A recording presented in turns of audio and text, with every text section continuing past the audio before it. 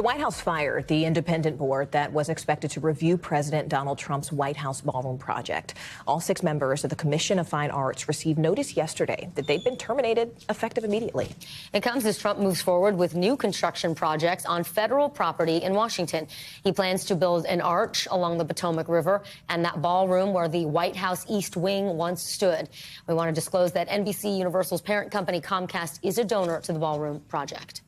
NBC News White House correspondent Monica Alba joins us now from Washington, D.C. So, Monica, this Fine Arts Commission, it was actually established by Congress way back in 1910, and the whole point was so they could help make the decisions about statues and monuments all around D.C. So now they're gone. They were fired. Was this within the president's power to fire them? Are there plans for anyone to be replaced or this commission to come back into existence?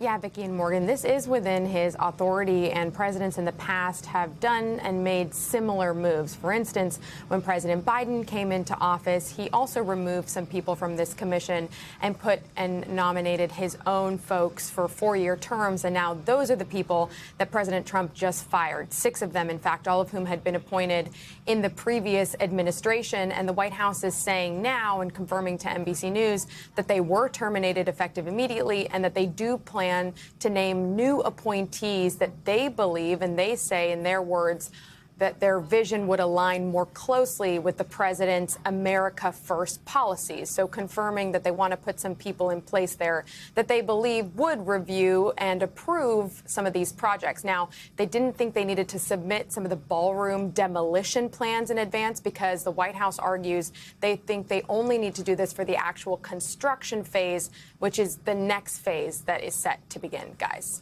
You know, I guess I'm curious, Monica, what all this means for President Trump's oversight. I mean, does this mean that he will have little to no oversight about the changes that he wants to make to federal buildings?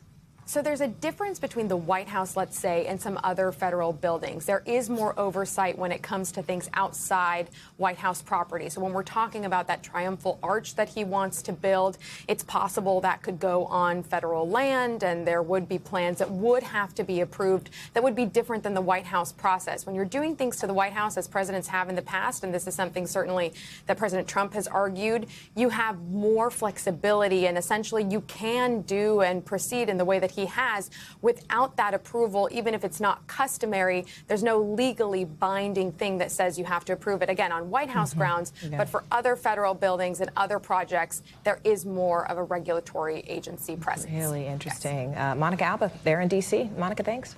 We thank you for watching, and remember, stay updated on breaking news and top stories on the NBC News app or watch live on our YouTube channel.